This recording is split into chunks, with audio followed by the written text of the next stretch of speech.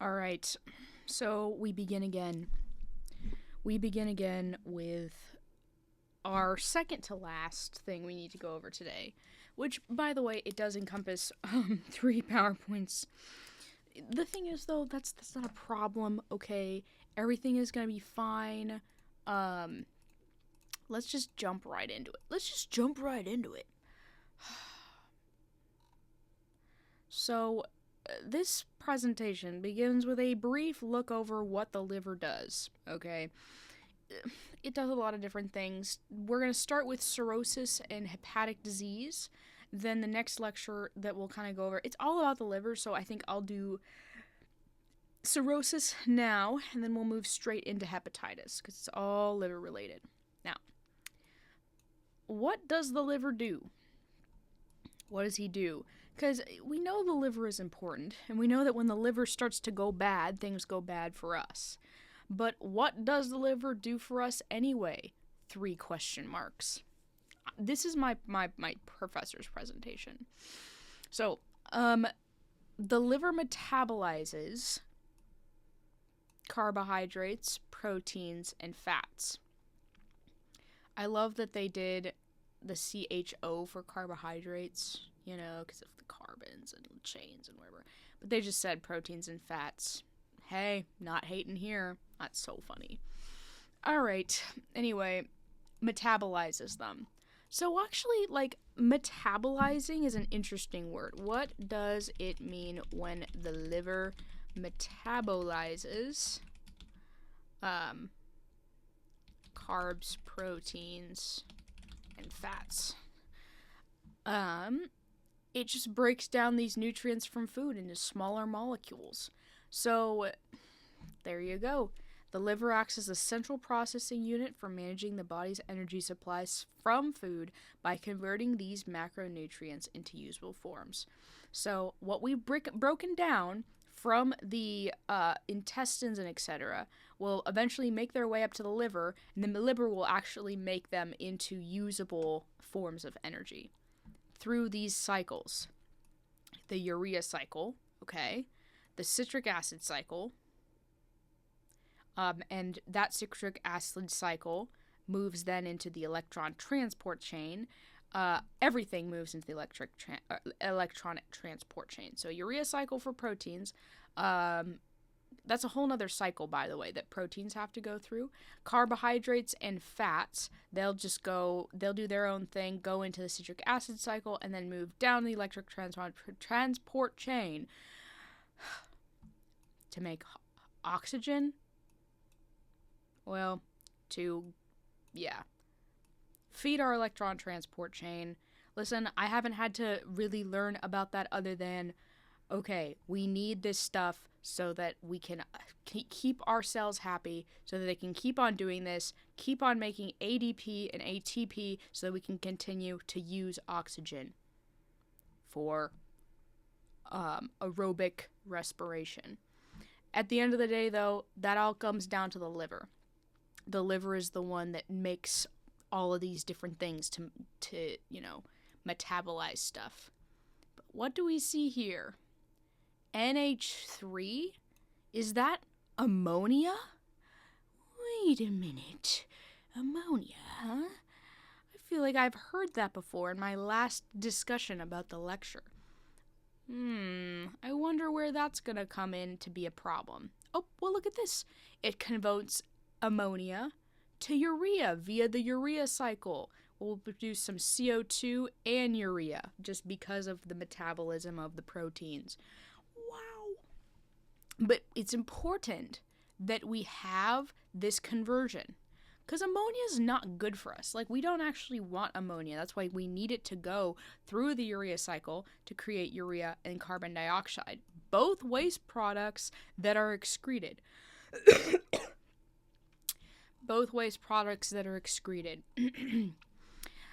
It also manufactures albumin and clotting factors. Well, boy, this is touching on practically all of our body systems here.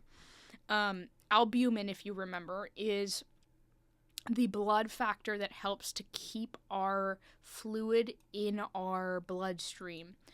What does that mean? Well, it keeps that vascular fluid in the vascular space instead of letting it just diffuse out into the surrounding tissues, right? A lot of problems that can happen if you don't have albumin is that that fluid does seep out into the surrounding tissues, and you get edema, like generalized edema, and dependent edema as well, which can kind of be silly. And then clotting factors, very important for our well-being, because if we cut ourselves, which can happen on accident all the time, and it does, we need to be able to clot, by the way. So far we've learned that the liver metabolizes carbohydrates, proteins, and fats, is involved with converting ammonia to urea, and produces albumin and clotting factors. All really kind of important things. It also stores glycogen for assistance with blood sugar control and energy reserves. We talked about the pancreas as it's producing insulin, but the liver has kind of an opposite effect in that it stores glycogen, which is just, I think glycogen is like they turn like the glucose into the glycogen so they can be stored up for later. It's a stored form of glucose. I'm so good at this.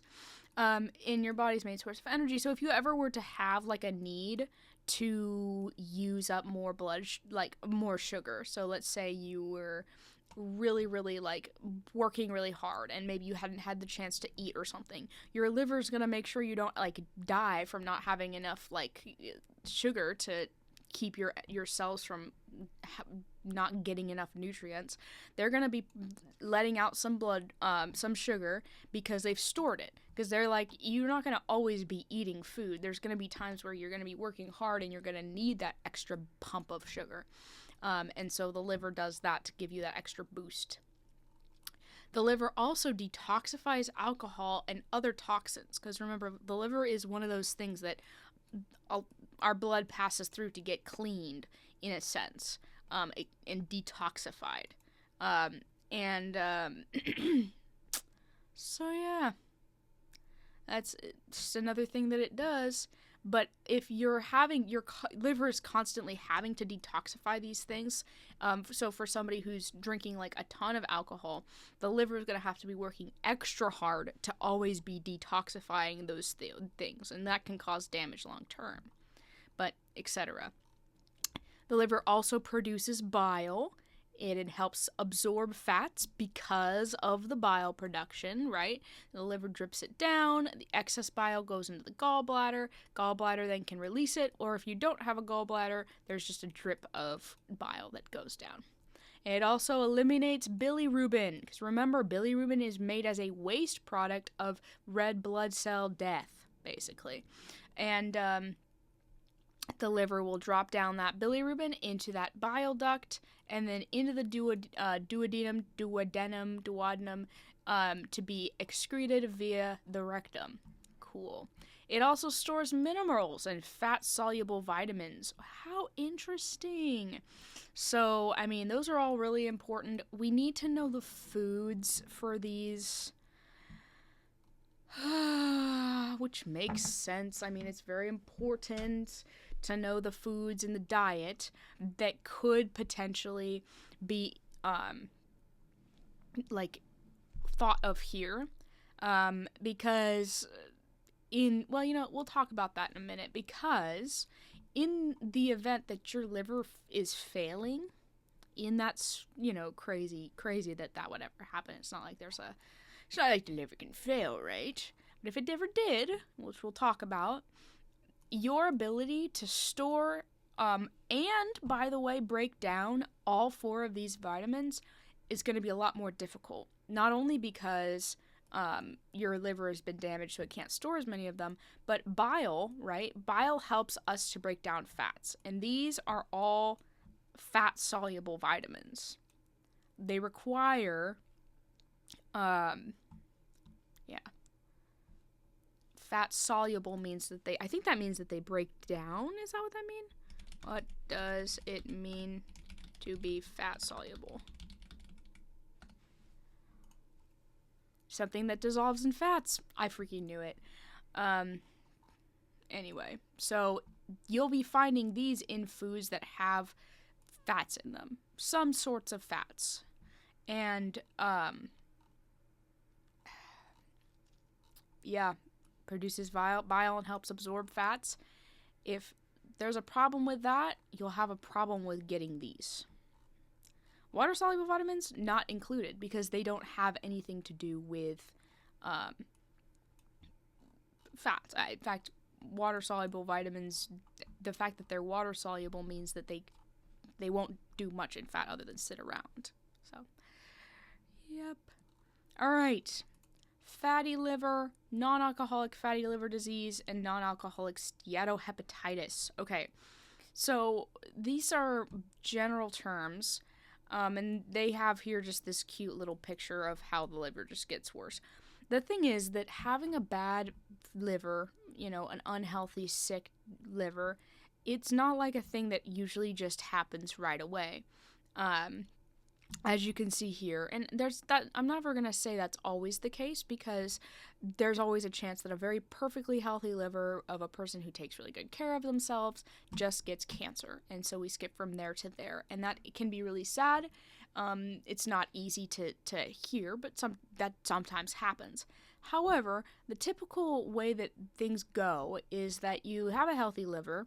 I mean, you're not, and as you go through life, you don't really take care of it, and it gets worse and worse and worse and worse until you do eventually get to cancer. Simply because the liver is a really interesting organ. The liver actually has the ability to regenerate, which is really cool. Your liver can take a lot of abuse, but it can't take that abuse forever. It can't. So,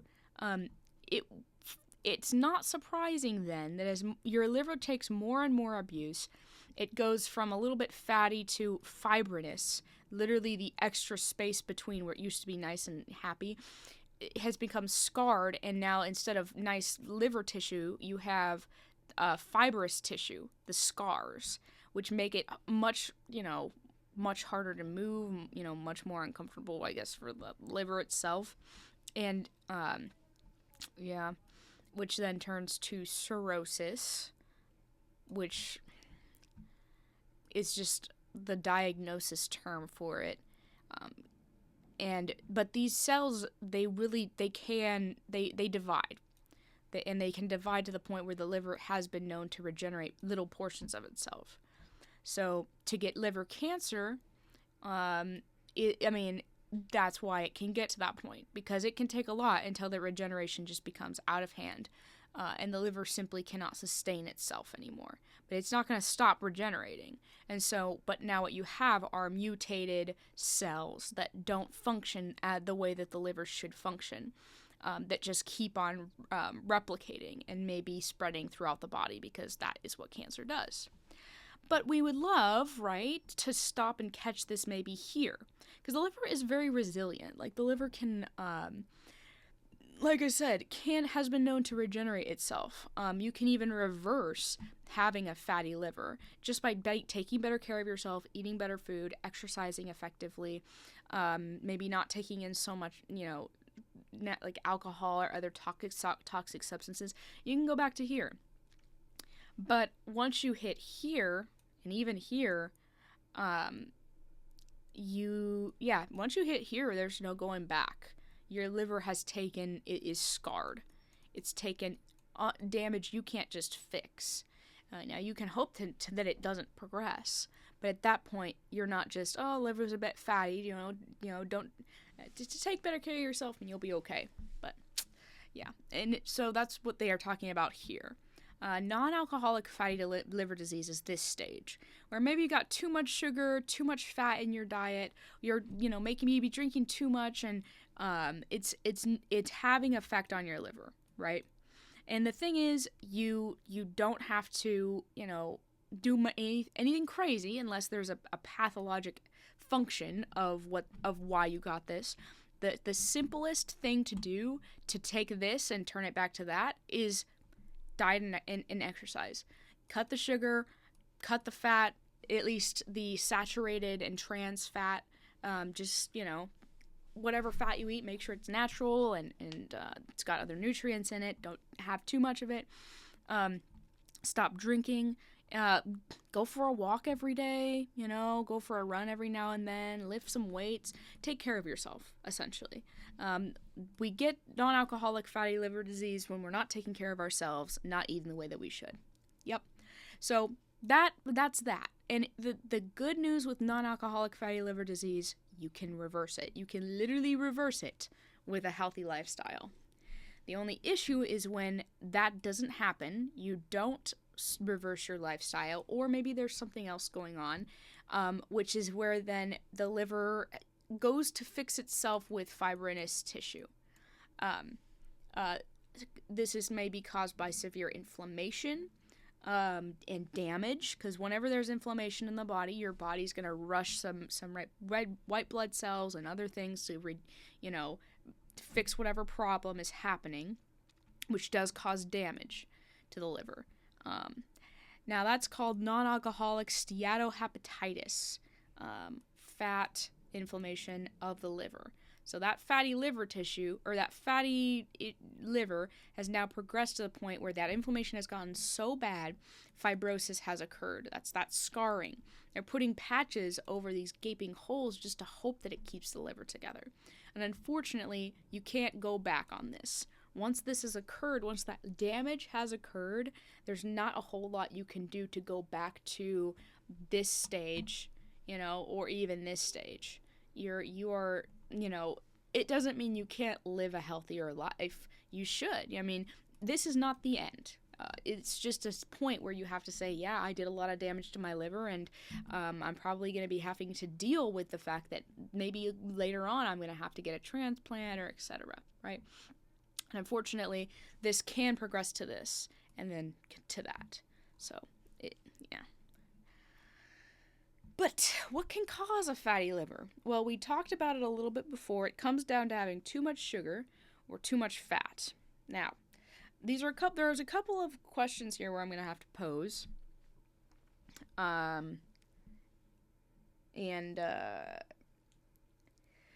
We'll cross that bridge when we come to it. Side effects of medications. Yes. So the reason that this is, okay, medications are not most of the time they're not naturally occurring substances in our bodies. And even when they are, it's being created externally. Everything that comes into the body goes through the liver at one point or another. Unless it's some foreign object, which then it probably won't go through the liver, I guess. Needless to say, there's a lot of medications that are not great for the liver. One of them being acetaminophen, for sure.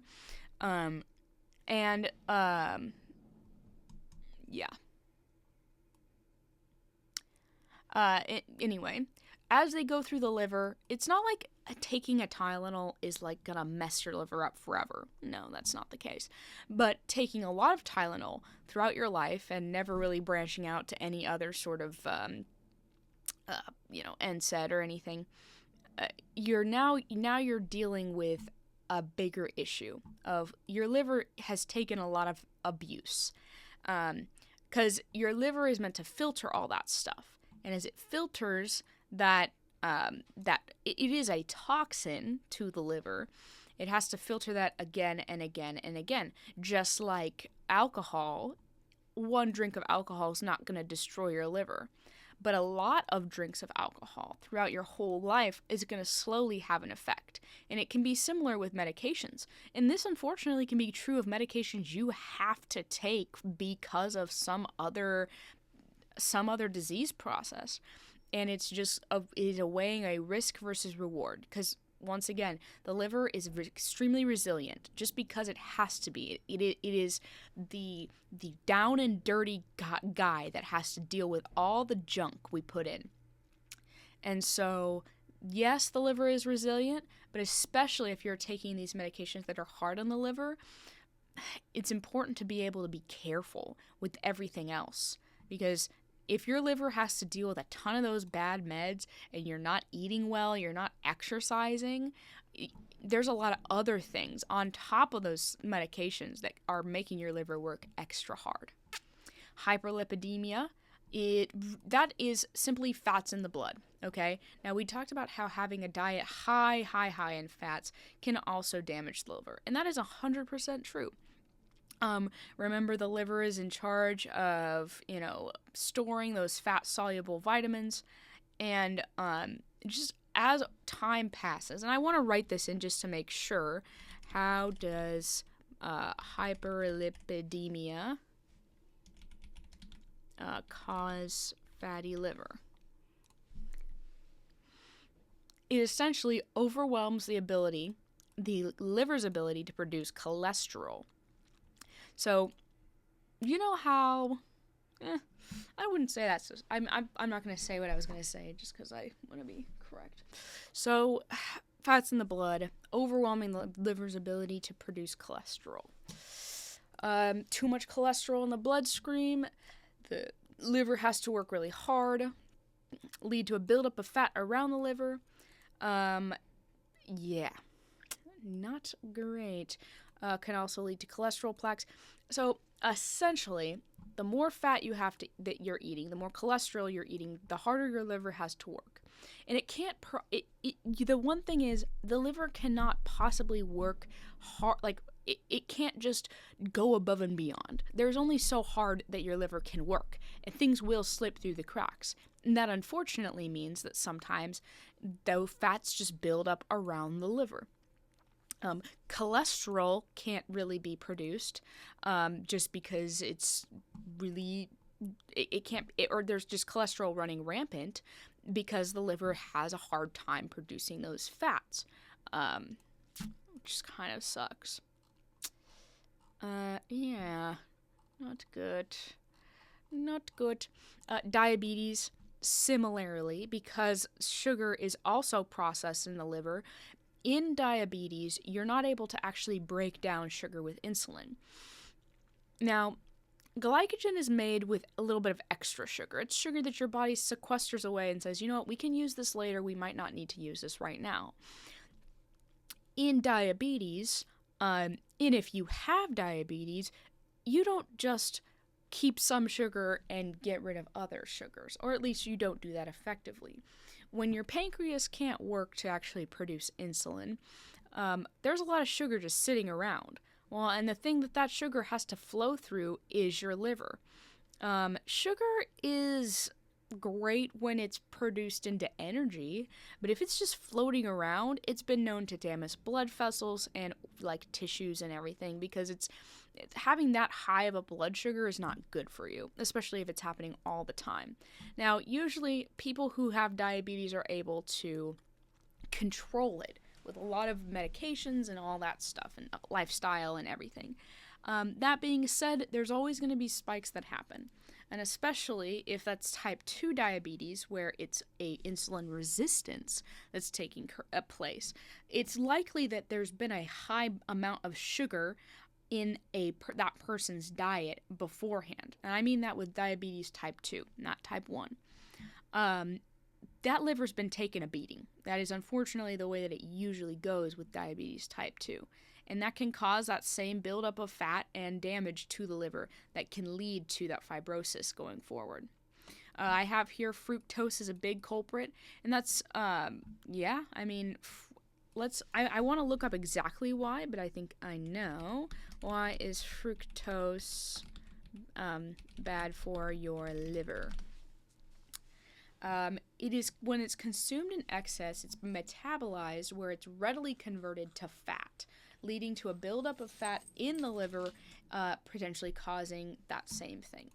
So because if there's a whole lot of it, the liver's like, well, why we don't need this much glycogen. Let's just put it into fat, store it up for later. Unfortunately, that builds up that fat around the liver, causing the same issue as having a high amount of fat in the blood. Genetic inheritance, unfortunately, there are just genetics involved. Genetic inheritance plays a role just because there are going to be some people that, any of these three things are going to be bad for anyone. There are some people, though, whose genes are just maybe a little bit more tailored to getting a fattier liver, right? So those people especially are going to have to watch for these three aspects and do their best to limit the chances, right? Because a genetic predisposition does not mean that you are destined to have a fatty liver. It just means that you have a higher chance than perhaps somebody without that inheritance. So, I mean, there's still some control you have over your life. You just have to watch out. Obesity. Obesity is not really good for you in multiple different ways, but the reason obesity is bad is simply because of the way that obesity is caused, which is an excess of food, excess of calories in your diet, which is not great. And the fact that obesity is often matched with not a whole lot of activity means that you're not really doing a whole lot for yourself with these two reasons that somebody would get a fatty liver. Being able to have physical activity is very important for using the foods in your diet. Because what causes that fatty liver, yes, it could be hyperlipidemia for somebody who's totally a normal-sized person who is just eating a lot of fats, right? But more than likely, it is an excess, right, in the diet that is more likely primarily caused by, because if your body needs something, right, it'll use it. And if it doesn't need something, it'll save it for later. And so if you're eating a lot of food that you don't need, your body's going to save it for later, which is a mechanism for survival. I mean, there are going to be times of feast and famine in, like, the wild. But when it comes to your everyday today life with a 9 to 5, we don't need to store that stuff up. So any excess we have in our diet does get stored. And if we make that excess a pretty daily occurrence, that will lead to a fat buildup, not only in the abdomen and other places in the body, but also around the liver, because it's primarily involved with the storage and metabolism of definitely fats and sugars. Now, this one, rapid weight loss, is one I want to check, because I don't know why. Now, rapid weight loss in general is not the way that weight loss should be, okay? Now, some people are going to be like, what do you mean? Weight loss weight gain is a slow process. Weight loss should take a slow amount of time as well. A very dedicated and careful, deal, right? Now, it doesn't mean it's not possible. I mean, if you are in a massive calorie deficit and you're working your butt off, every day at the gym, you're going to lose weight because your body is constantly drawing on all of those extra energy stores. They're like, finally, we have a place to use all this stuff, right? But that doesn't mean it's necessarily good for you. And I want to just check why rapid weight loss might cause.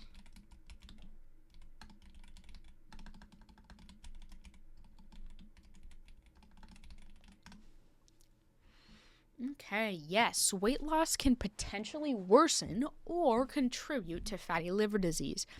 As the body rapidly metabolizes fat stores, it can overwhelm the liver and lead to increased fat accumulation, sometimes even causing a more severe form of liver inflammation known as aggressive non-alcoholic steatohepatitis. In extreme cases, gradual weight loss is generally recommended for liver health. So it releases large amounts of fat from storage, which now all this fat is like, hey, I'm ready to finally be processed, and the liver's like, whoa, slow down, which can cause damage to it. Hey, makes sense. So in general, being able to take, obesity doesn't happen overnight, and weight loss doesn't either. Taking it slow and steady, really focusing on that change in lifestyle, and also just letting your body acclimate to all these brand new things, because the body likes to get into patterns, likes to get into rhythms, and if you treat it one way and then thrust it into another way, it's going to take them time to switch. But yes, how do we diagnose a fatty liver or a diseased liver? Well, the first way they'll probably start is with liver function tests. That's going to be testing for your AST, ALT, and then this third one that they mentioned it once in class and moved on, the SGPT, which is so interesting. They have values there. They're going to give them to us on the test, but just knowing that those liver function tests are part of the diagnosis process, so having a high AST or a high ALT can indicate that there's some liver damage going on. But what about a low? What if my liver function tests are low? What does that mean? Oh, okay, your liver is functioning. Okay, if your liver function tests are low, it usually indicates that your liver is functioning well. However, particularly low levels of albumin could suggest liver disease. Okay, so usually it's a good thing, but that's just low albumin though. So having a low liver function test is like, oh, that's kind of weird, but oh well. High though is especially bad. Like high liver function tests, if you have a high AST, high ALT, probably also a high SGPT, that means you've got some liver damage there. Having an ultrasound, a CT, or an MRI of the abdomen to get a view of the liver, and then an elastography, ultrasound or MRI. That's those guys. So those will figure out the texture of the liver. So you know how we talked here about how in fibrosis you have like scarring, which can then progress to just a mess? Well, by looking at so how elastic something is, which remember, fibrin, which is I don't know if it's fibrous connective tissue in general, which is what our body uses when it doesn't have the time to let the original tissue grow back, or it can't let the original tissue grow back. That fibrous connective tissue is not elastic. Like there's not a whole lot of it's not elastic. It's not going to really want to move. So the fact that this is called an elastography kind of indicates what it might be meant for. Because we're looking at that texture of the liver. And if we see a lot of fibrosis, a lot of scarring, we can figure out that, well, this liver is probably taken a lot of damage. And that elastography can indicate for the provider, well, do we need to do more tests? What does the prognosis for this patient look like? And then the last and most invasive procedure, this goes from least invasive to most invasive when it comes to ways to diagnose this, and it is a liver biopsy. Liver biopsies is where they take this big chunky needle and they stick it right in there and grab up a piece of your liver and put it on this slide thing. Cool. So I have here a list of things that we talked about in class for what we should do, the indications for a patient that is getting a liver biopsy.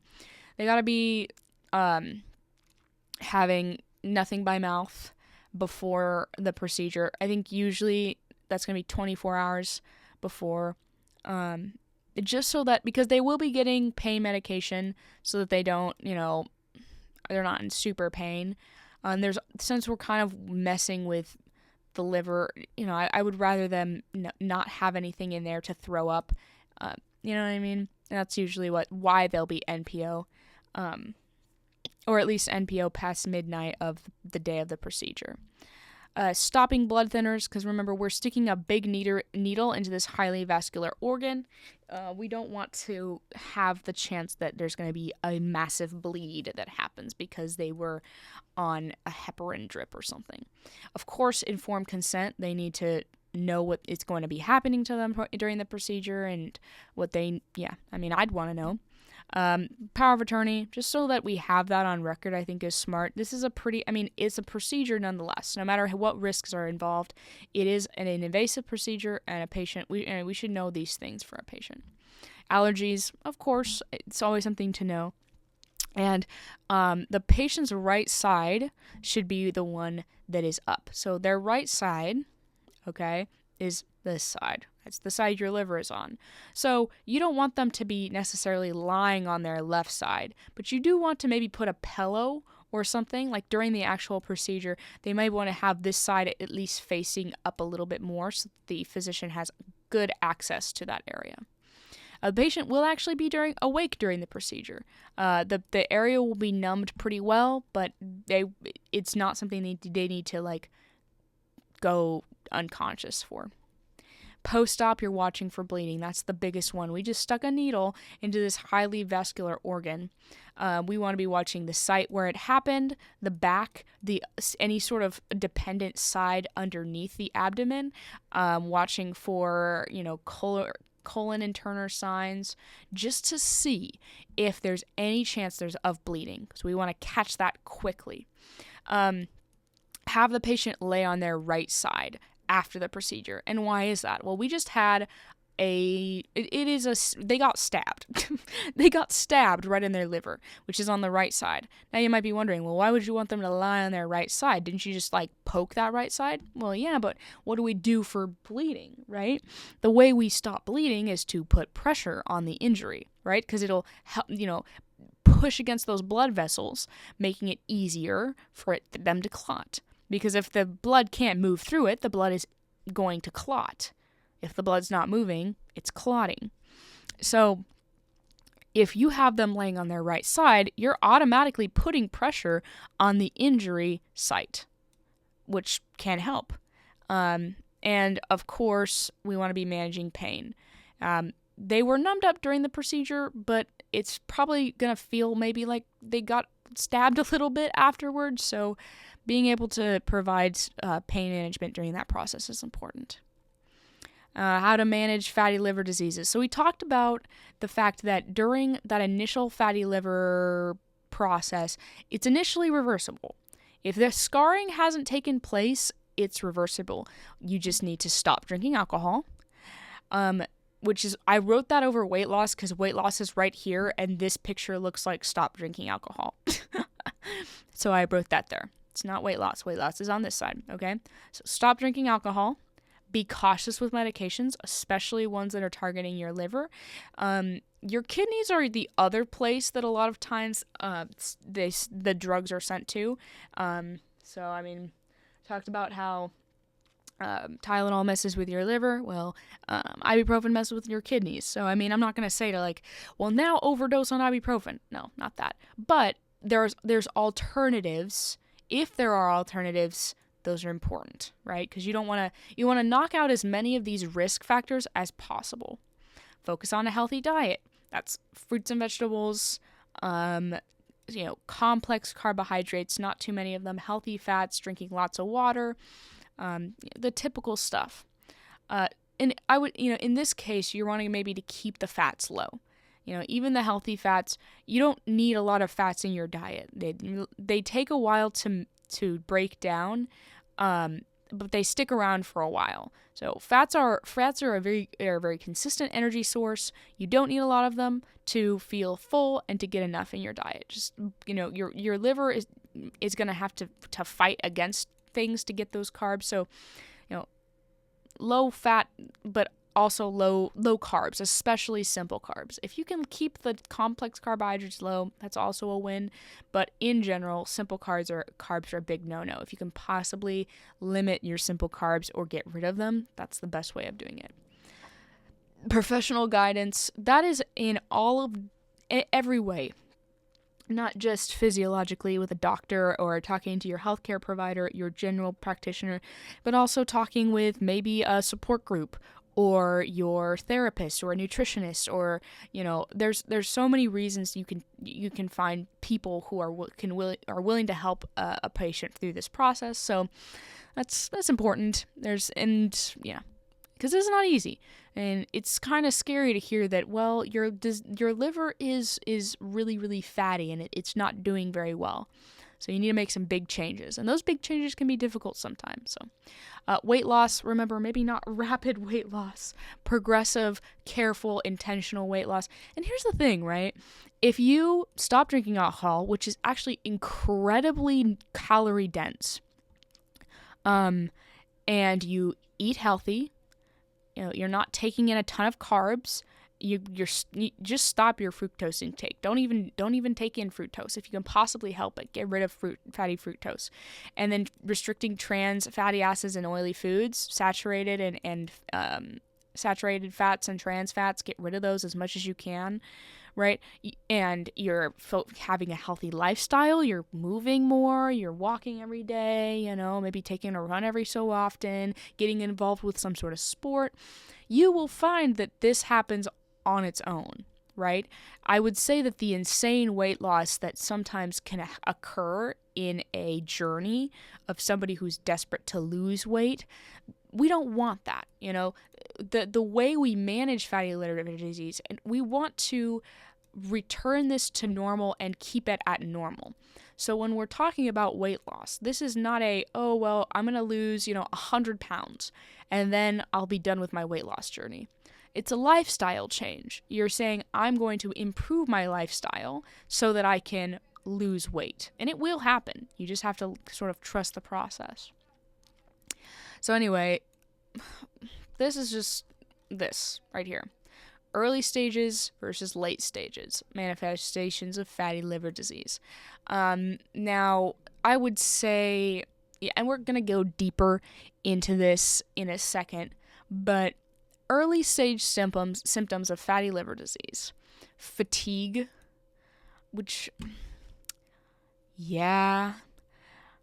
that could be due to the fact that you're not metabolizing your nutrients as well, simply because your liver has worn out. When you're not getting... Because nutrients are great, but the only thing that makes nutrients worth it is the fact that they give you energy. Your body looks at them and says, okay, we can do stuff with those. Let's put those into work. Let's get those guys working for cellular respiration, right? And if your liver isn't doing that effectively, your body's going to get tired. Your body feeling tired is signals to your brain saying, hey, we're worn out. We need to slow down our energy expenditures, because if we did this long term, our cells wouldn't be able to handle it, right? And that's why, have you ever pushed yourself really, really hard at a workout? Super duper hard, and afterwards you're hurting, physically hurting, everything hurts. Well, if your body is being pushed to the limit without the chance for it to catch up with your movement, with your actions, it can lead to your cells having to rely on a bit of anaerobic respirations, which work, but anaerobic respiration is not good long term. And any sort of, first of all, it produces less ATP, which is the energy for your cells, which can sometimes mean that your cells don't have enough energy to actually adequately work to function, which can cause a little bit of damage, right? And in general, this happens to athletes sometimes. They're not going to die from that, right? Unless, they're constantly pushing themselves above and over the limit to the point where their body is suffering if they're not taking care of themselves beyond just pushing themselves, right? In general, it's not going to kill you, but that pain is due from a little bit of ischemia. Doesn't mean that your cells die off, but it does mean that in that moment, they weren't getting the nutrients that they needed. They weren't getting the oxygen they needed, the nutrients that they needed, the power that they needed to keep on pushing. And if you've got fatty liver disease, those early stages of it might just be fatigue, because you do not have the nutrients required to keep your cells in a pattern of which they can work long term, because you're not actually metabolizing the proteins and lipids and fats effectively, simply because your liver is not working as effectively as it should. Right upper quadrant discomfort, once again, that's where your liver is. Hey, pain is a sign. It's a signal from your body saying something is wrong. Having some right upper quadrant discomfort, it means that there's something wrong with your liver. And then, of course, elevated liver enzymes. The fact this is an early stage symptom means that if you can catch this early, be like, man, I've been really tired lately, and I'm a little cold, and sometimes the top right part of my stomach hurts. you can look at that and say, maybe I should go and talk maybe and get something figured out as far as, all this stuff is concerned. All right. Late stage symptoms, jaundice and icterus. Remember, those are high accumulating amounts of bilirubin, which not super fun, not super great, and that just has to do with, in this case, the liver is not, functioning effectively. I do want to see, though, because it makes sense why there would be a buildup of bilirubin in the liver when there's a blockage. Why jaundice in liver disease? The liver cannot remove enough bilirubin from the blood. So, in the case of jaundice occurring from any blockage of the ducts, okay, it's not that the bilirubin, the liver wasn't working. The liver was working perfectly. The liver just tried to keep it moving down the line, and the line was blocked. The pipeline was blocked, so the bilirubin said, well, screw this, I'm out of here, and pops into the blood itself. In liver disease, however, the problem does occur in the liver, where the blood goes and there's been some red blood cell death, and the liver, it says, okay, well, we're here, liver, can you clean us up? And the liver's like, I'll try. And once it tries, it's just simply not, it can't do too much. And so because it can't do too much, some of that bilirubin remains in the bloodstream. Well, remember, the thing in that blockage of the bile duct was that over time, a long blockage and a long accumulation just in the bloodstream caused that jaundice and that icterus. Well, in this case, it never left the bloodstream. So it's not that, well, once we remove one thing, it'll go away. No, it's that the liver itself cannot get rid of the bilirubin. And that's a problem because that's kind of our only way of doing it. It doesn't mean that the liver can't get rid of any bilirubin. It's doing its best. It just can't keep up. The liver has been beat to death, or it's near that, and so it's not a good situation. Changes the level of consciousness. Now, this is an interesting one, and this all has to do with ammonia. Now, ammonia is another waste product. Where does ammonia come from in the body? It is a waste product of protein metabolism. Remember up here? Where part of that protein cycle goes into the nitrogen pool, into the tissue protein, turns into ammonia. Now, per the urea cycle that happens in the liver, that ammonia turns into urea and CO2. Yay! Woohoo! So the liver processes that ammonia, okay? Now, if your liver is not working, okay, that means that you will have more ammonia, simply because the liver can't keep up with the production of the urea cycle necessary to convert that into urea and carbon dioxide, okay? Ammonia is not good for you. What does a high ammonia level cause? The big thing is that high ammonia can cause encephalopathy. Okay? Why? I want to ask why. Does change with ammonia level? Hepatic encephalopathy. Elevated concentrations lead to cerebral dysfunction involving a spectrum of neuropsychiatric and neurological symptoms. So these changes in the level of consciousness can include impaired memory, shortened attention span, sleep-wake inversions, swelling in the brain, intracranial hypertension, seizures, ataxia, and a coma. So those are all really bad things. And those are all caused by having a high ammonia level, which just causes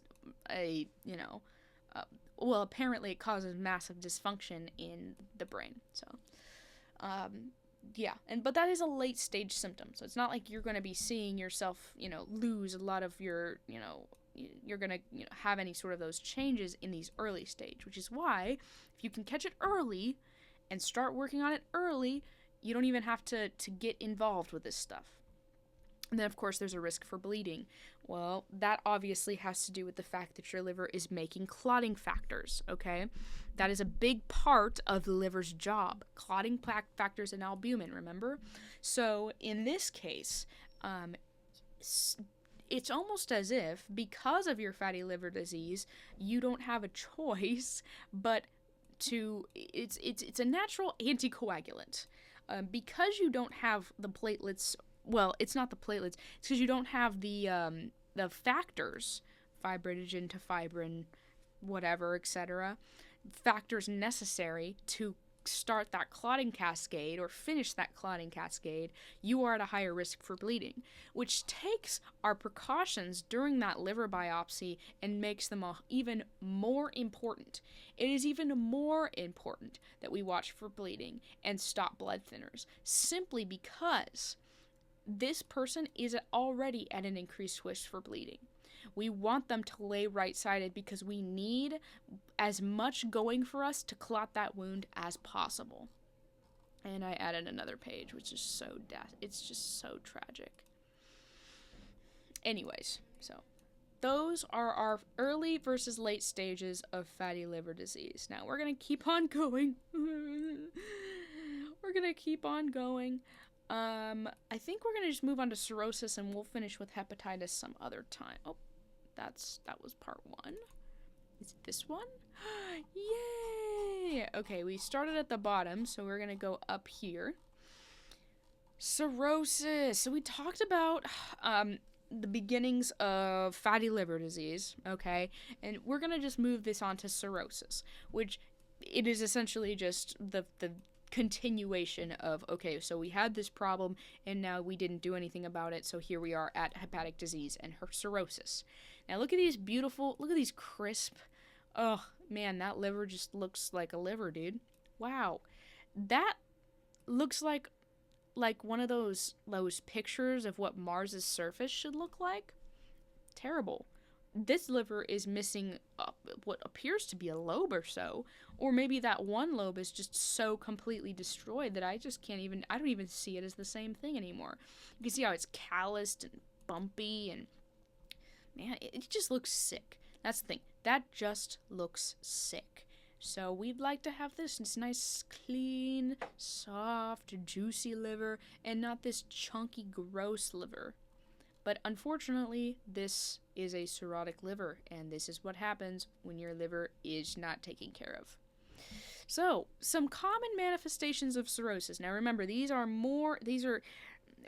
talked about the early and late stages of fatty liver disease. Well, cirrhosis is it is a continuation of that. So, you're likely going to see some of the problems associated with the late stages of fatty liver disease as a part of your cirrhosis signs and symptoms. But just with that, there are early and late phases, okay? So early phases, we talked about fatigue, malaise, just a general feeling of bad, right upper quadrant discomfort, some shortness of breath, because remember that pain is right here, right underneath your diaphragm. Breathing is not fun when you've got a big, painful liver right underneath what you need to press up on in order to help expel air out of your lungs.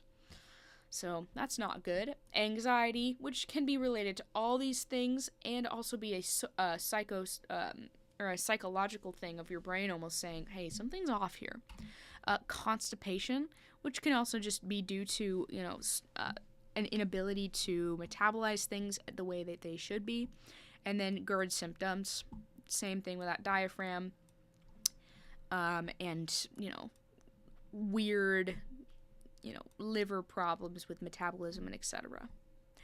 Late signs and symptoms. Now, there's a lot of them for this, and there's some pictures here. Jaundice and ichor, of course, those high levels of bilirubin. Ascites, which is an increased level of fluid in the abdominal space. Now, why does this happen? Well, we talked about albumin.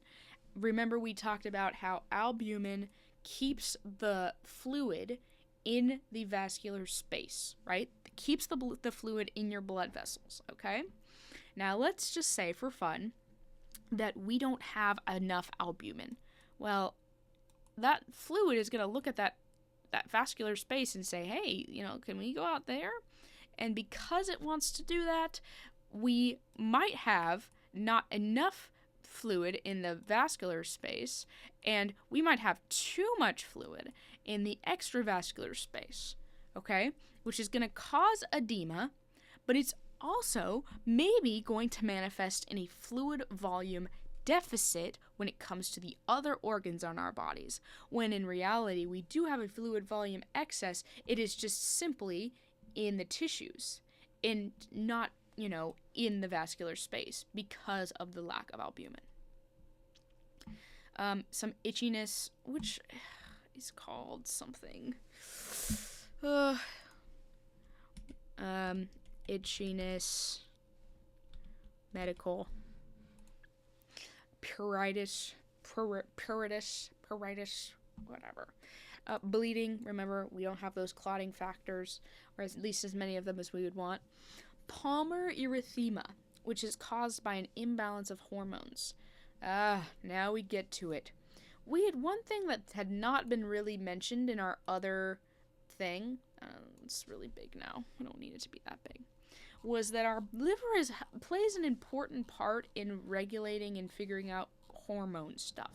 Okay? And I want to look this up to make sure I'm not talking on my butt. Why palmar erythema in cirrhosis? Look at that. Cirrhosis can cause palmar erythema, also known as liver palms, due to abnormal levels of estrogen and nitric oxide. Estrogen levels may increase. Okay, why? Why do estrogen levels increase during cirrhosis? Because I know they increase during pregnancy, and that's why pregnant women can get this too. But in liver disease, the damaged liver is unable to effectively metabolize and clear estrogen from the bloodstream, leading to a buildup of the hormone.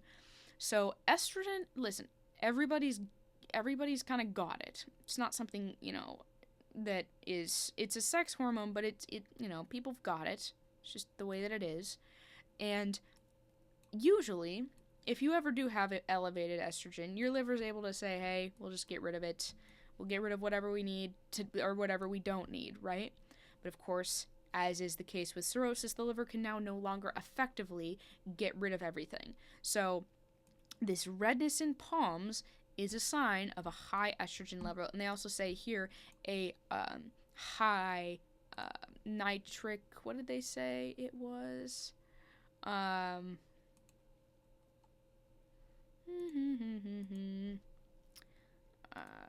Nitric oxide. Nitric oxide is a potent vasodilator, but people with cirrhosis can't metabolize it properly. This leads to increased blood flow to the palms, which causes palmar erythema. Well, now, isn't that interesting? But nitric oxide is it looks like some sort of, what is nitric oxide in the body? What?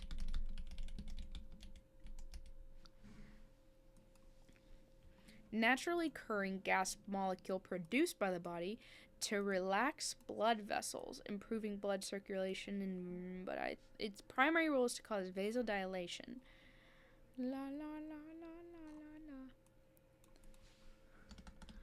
Where does come from in the body? It's an enzyme. Converts amino acid. Well. Proteins, you would say.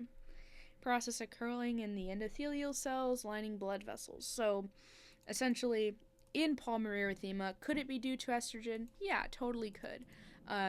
often due to increased peripheral conversion of androgens to estrogen in the body's periphery as the liver is not functioning to regulate the process. So anyone can get this as a problem regarding estrogen, but it can also be a dual problem involving nitric oxide as well.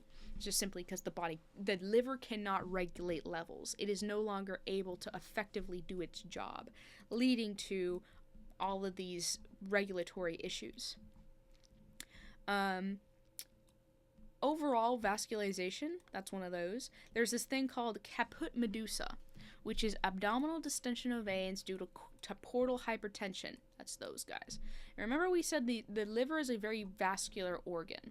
There's a lot of blood vessels in here because blood is the thing that our liver is primarily dealing with and cleaning, right?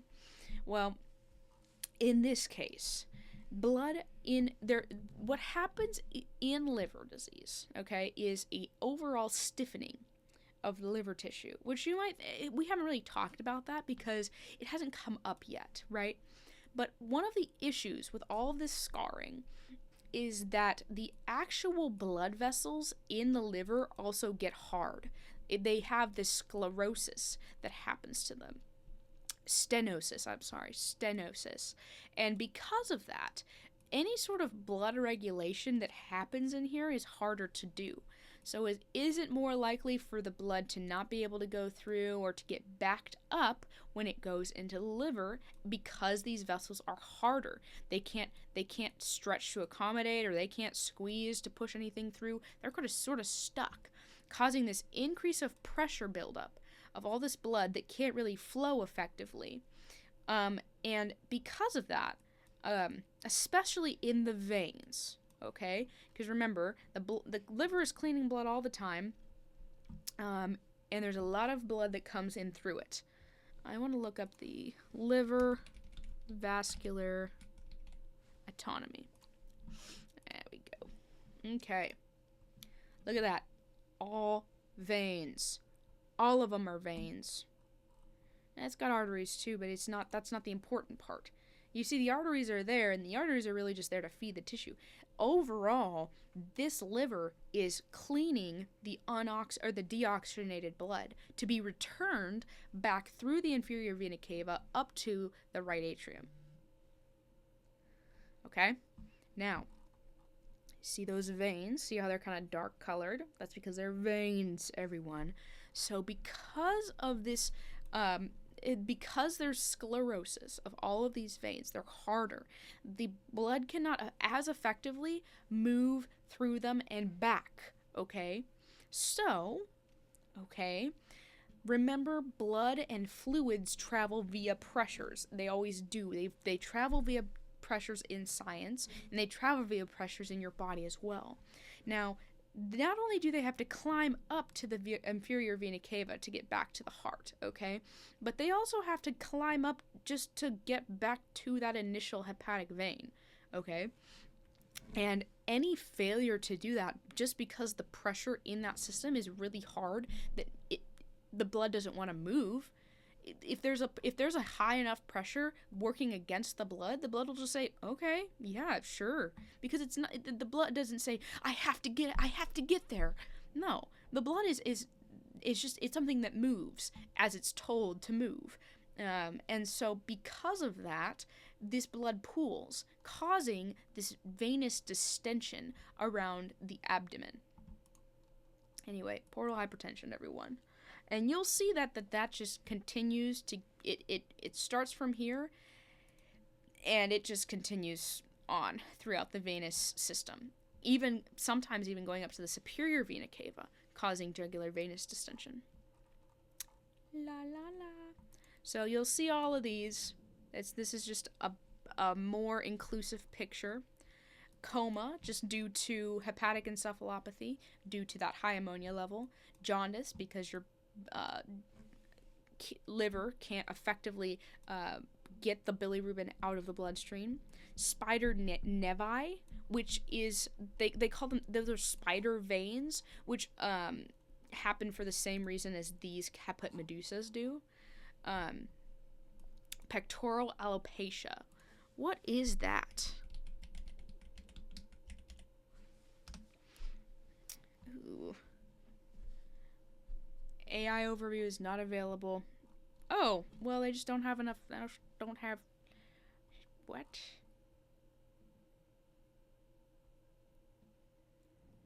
It's not a common constitutional variant in hair distribution. So, lost chest hair. Okay. Losing chest hair. Interesting. Okay. Liver damage, of course. Esophageal varices. Which, okay, varices in your esophagus. Esophagus? What the freak? Esophageal varices. I want to look this up, but I think that's just damages, like stripping of your esophagus, essentially. Or like big veins, like really thick veins. Really thick ones. Just because they're like, these are like, there's like veins in your esophagus as well, and this pressure causes just big, chunky, nasty veins and arteries to build up in that esophagus, which is great until any of those, because it's your esophagus. Have you ever like swallowed a chip like whole, or like a big chunky chip, and it's just this massive uncomfortable thing that slides down your esophagus?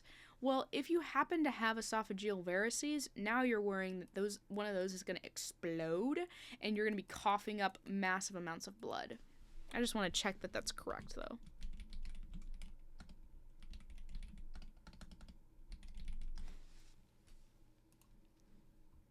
Ugh, yep.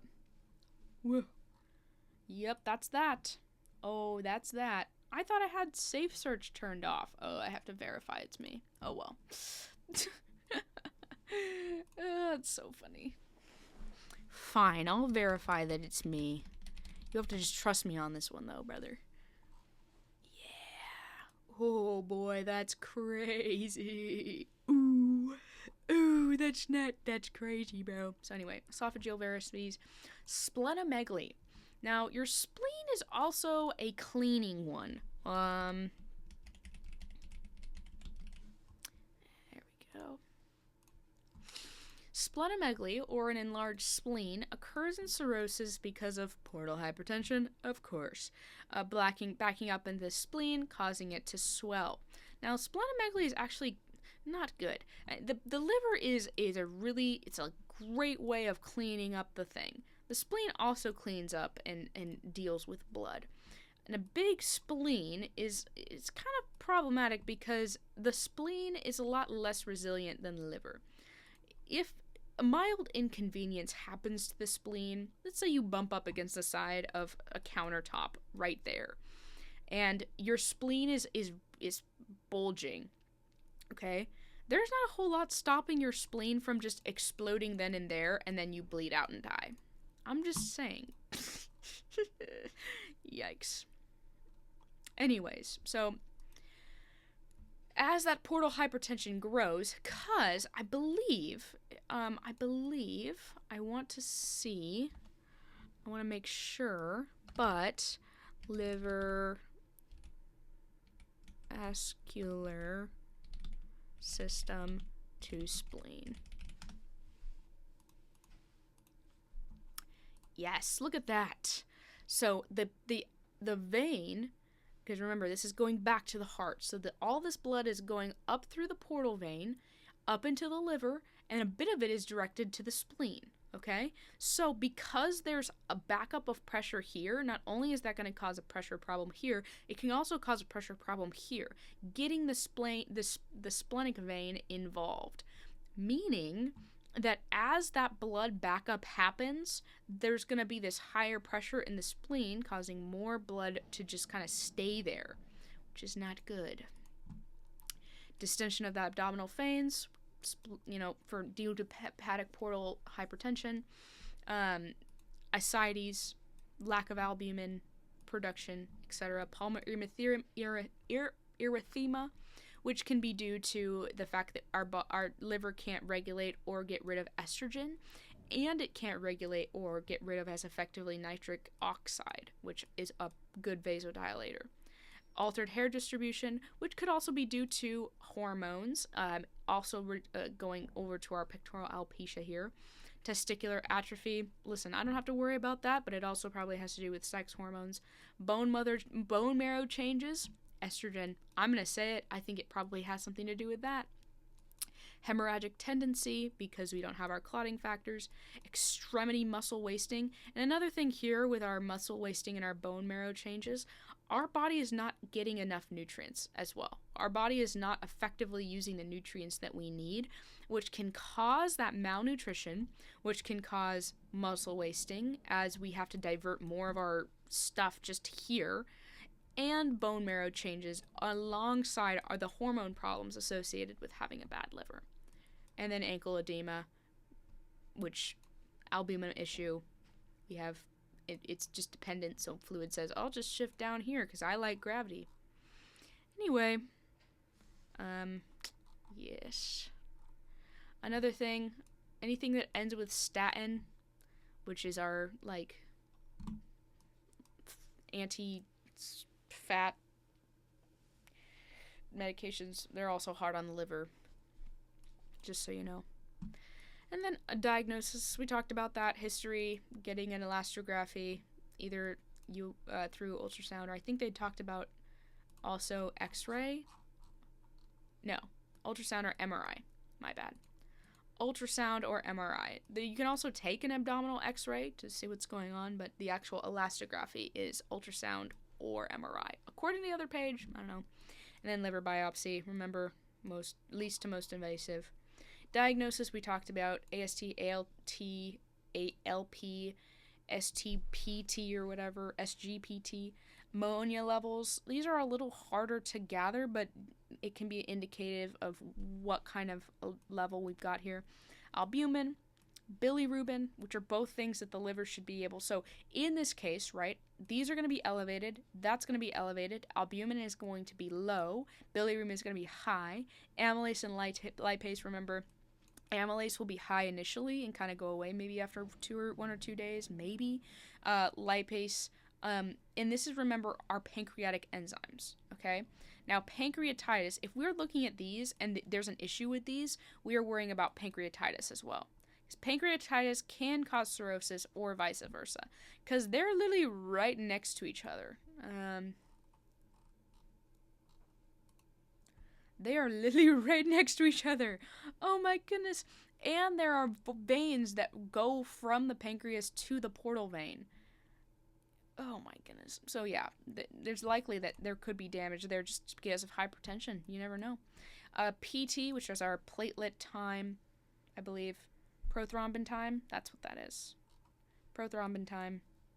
And that's just the time it takes to clot, which will likely be down because we don't have the clotting factors we need, and so we're going to clot quick. Right? No, I'm stupid. We're not going to clot. It's going to be a high platelet time. I'm sorry, I had to think about that for a second. Platelet time is going to be higher because we can't really clot very well. So it's going to take us a long time to bring together all of our resources, and by then we've bled a ton. Platelets, probably low. Electrolytes, I mean, let me check that.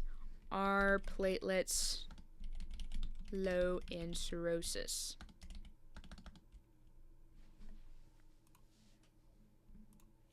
Yes, they're low. Okay. Electrolytes, I mean, depending on if we've got some sort of pancreatitis, we might have low calcium and we might have low magnesium. I want to check and see if that goes along to anything else.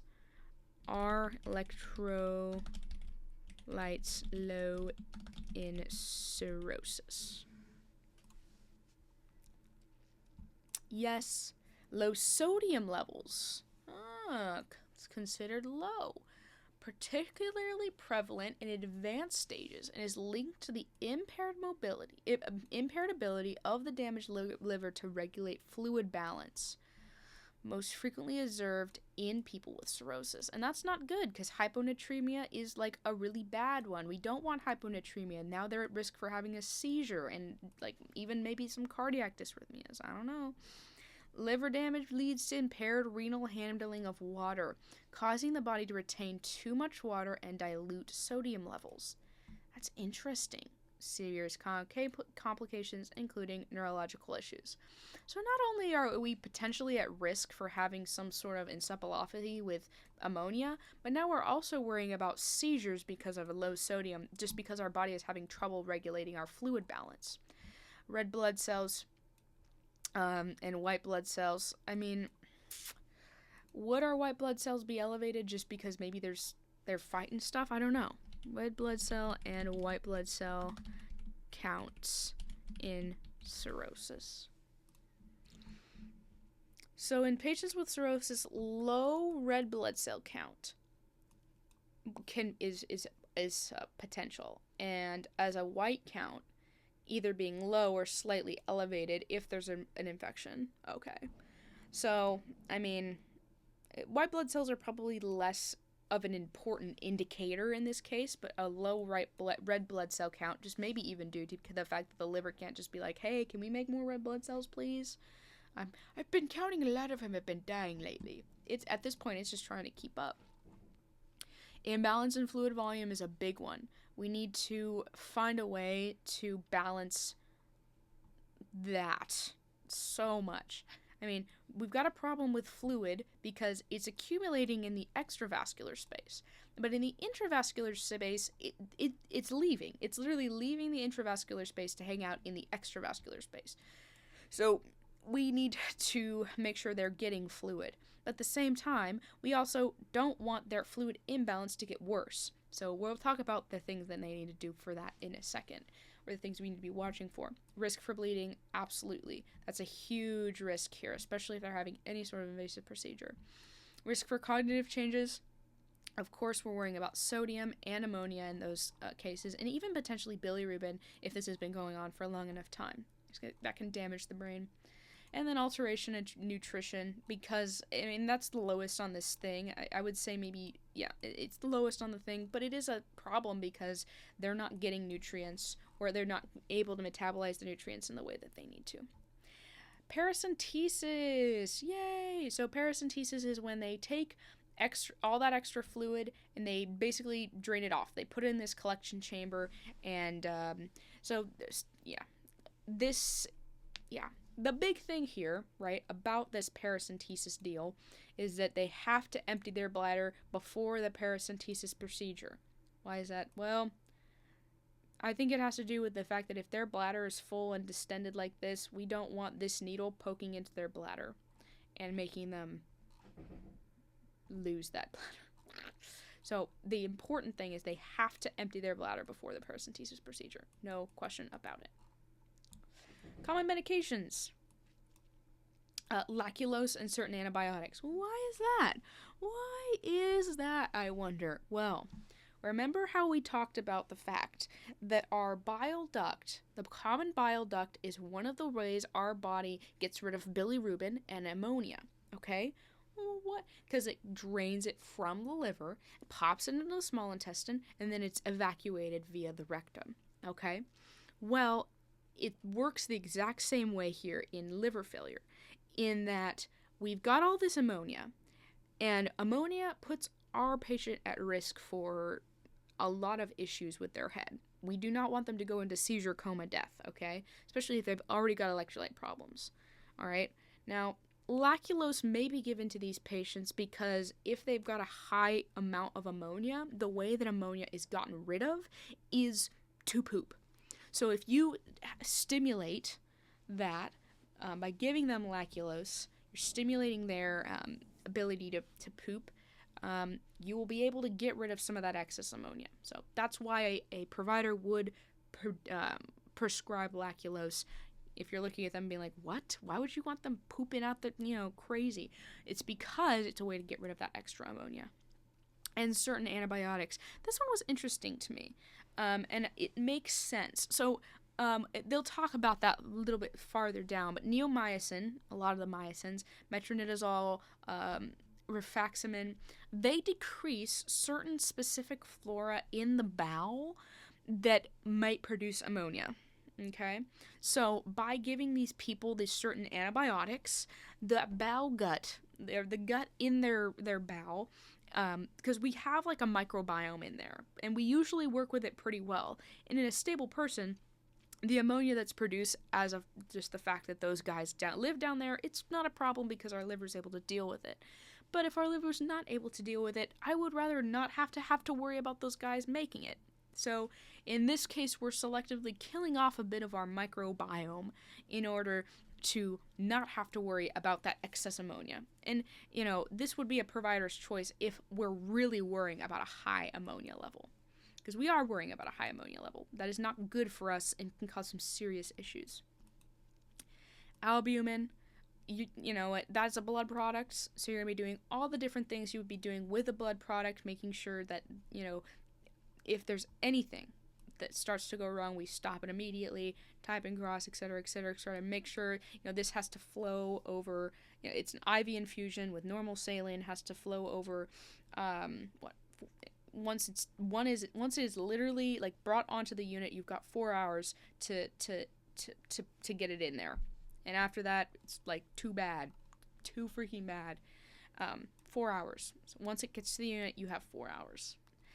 Iron and vitamin supplements, just because the vitamins, right? Remember, we talked about vitamins. The vitamins your liver is usually able to metabolize and hold on to, there's a lot less of those now, just because the liver is really not doing very well. So they may be receiving those iron and vitamin supplements. And low-dose beta blockers for portal hypertension. We do not want high-dose beta blockers, or even like normal-dose beta blockers, because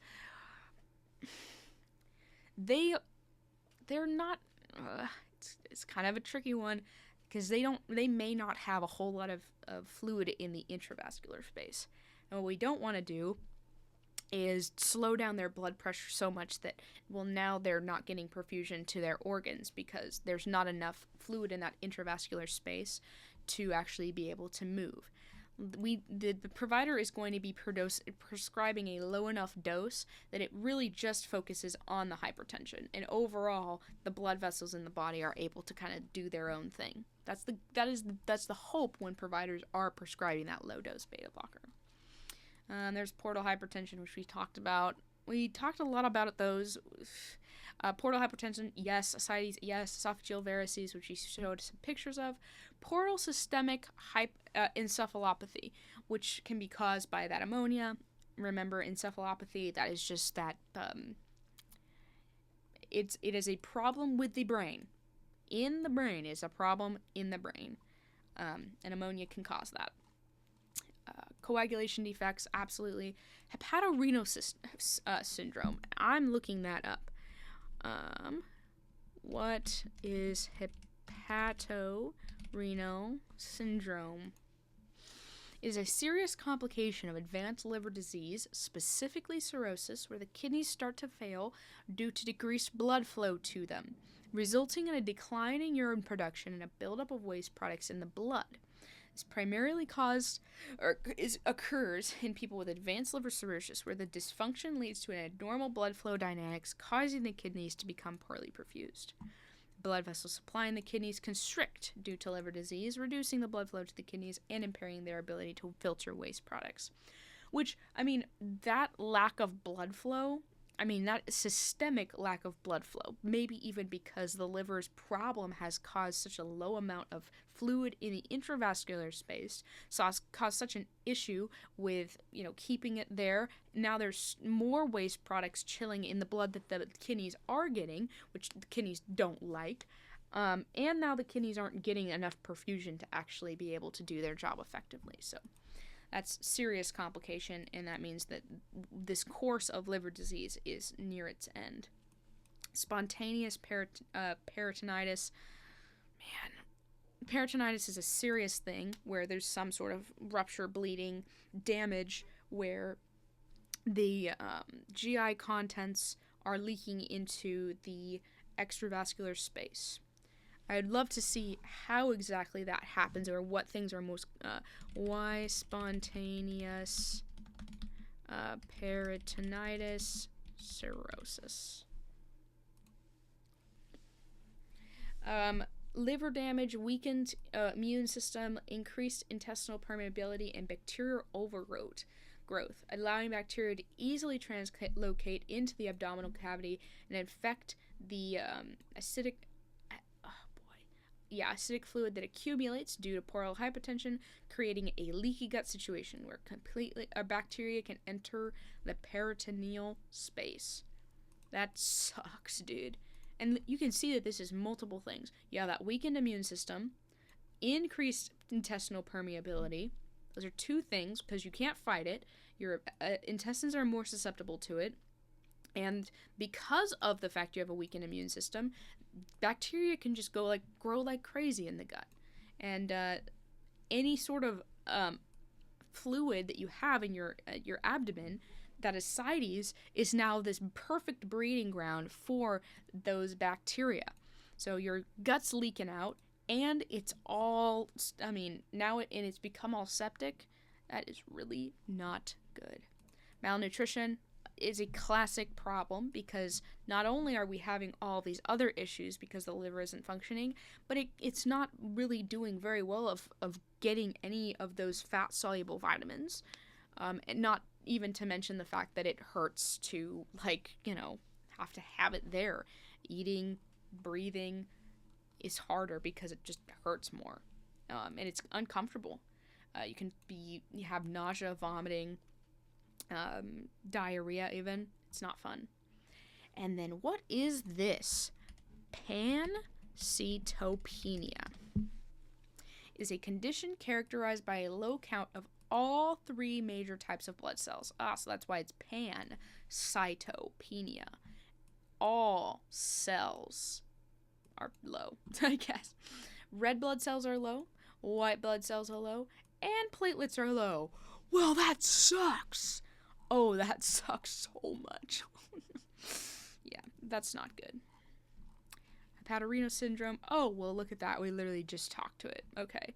Well, and I guess they're going into it more. Remember, hepatorenal syndrome is just the liver failure has gotten so bad now the kidneys aren't getting enough perfusion. There's not enough blood getting to the kidneys, so they start to get injured.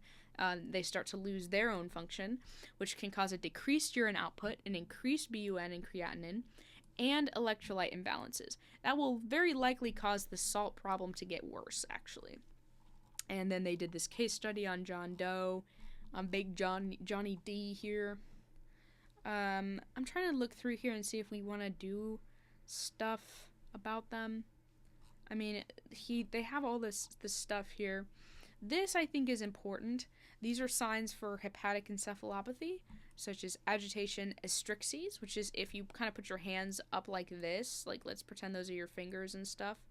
In astrixes, that's what's going to happen. Your hands are going to kind of flap back and forth, whereas most people can just hold their hands like this, and they don't have to really worry about it. It's uncontrollable. They don't have a ability to, stop it. They're just kind of like, oh, I don't know what's going on here. Behavioral changes, slurred speech, hyperreflexia, which hyperreflexia in general as well is also a sign that you're more at risk for having seizures. Just something to think about. Decreased mentation. That might be just thinking, but I don't... The highest levels of mental activity. Okay, so you're just not thinking as much. Probably means you're more likely to make bad decisions. Drowsiness, a positive Babinski reflex. Babinski reflexes is the one where this is the foot. That's the worst foot I've ever seen. Okay, so here's our foot right here. Okay, yes, that's our foot. All right, I don't want to hear about it. If you were to draw your finger in like an L motion, okay, the Babinski reflex, and this is only meant to be positive on like newborns. If it's positive any other time, we've got a serious issue. Okay? If your feet and toes curl around that stimulus, it's a positive Babinski reflex. No, it's splay. What the frick? Positive Babinski sign. I think. Yeah, it's splay. They splay. Okay, I'm glad I caught it. Just me using misinformation again. So you draw with like a pen from the most lateral surface of the foot to the most medial surface from just out to in. And in a negative, the way that it's supposed to work, okay, is that the toes curl around. That's normal. You want to see the toes curl. If they splay, that means that that's a positive Babinski reflex. Now, in babies, you want to have a positive Babinski reflex. In adults, a positive Babinski reflex is bad. That's not good. We don't want that.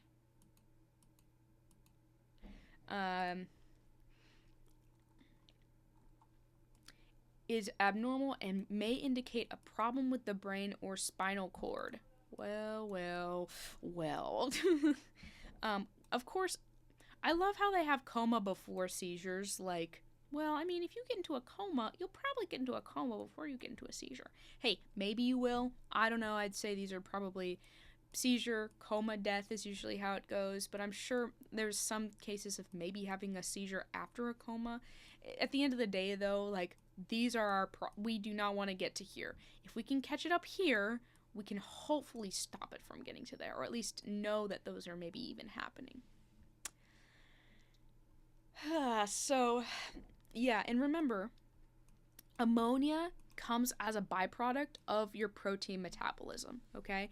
So if you've got a super high ammonia level, and for most people that have protein issues related to, or issues related to a failing liver, a protein restriction is not a bad idea. We do not want our body to have to make ammonia in order to turn our protein into a usable substance. Dun, dun, dun, dun, dun. Nutrition, low sodium, higher complex carbohydrates. We don't want a ton of fats and oils, but we want some, and we want to keep our protein lower, just at least while the ammonia levels are high. Okie dokie. Esophageal varices, remember, like, so if those ever get ruptured, first of all, the patient needs to be sitting up. We do not want them choking on their own blood here and causing even a bigger issue with atelectasis and pneumonia. The big deal here is you are making sure that they're not going, like, into shock, but you'll also need to give them IV fluids because they'll be bleeding. You cannot go in there and reach in there and change anything. They need to have an EGD and or a balloon tamponade, which the provider will do as soon as possible. Your job as the nurse is to, of course, communicate with the physician and make sure you get the orders to keep them alive until these couple procedures can be given. Yeah, so there's some cool little pictures. Wow, look at that beautiful esophagus, and then look at this one. Yeah, crazy, right? La la la la la la la la la. And this is just what they do to stop it. That's the balloon. These are not nursing things. I mean, this is what we as nurses need to figure out is, okay, so they've gotten this procedure. Now what? Like, we need to make sure that everything surrounding this procedure stays cool. We need to make sure that this person's airway is clean. We need to make sure that they're getting suction. We need to make sure that this balloon something has not gone terribly wrong. And if it has gone terribly wrong, we have to make sure that the provider knows. This person can't really be having anything in their stomach, so they're going to be on TPN for sure. We need to make sure they have good mouth care because they're going to very, very, very likely be intubated because of this procedure. And of course, we never, ever want to deflate this unless it is literally the thing that is occluding our patient's airway and they cannot breathe.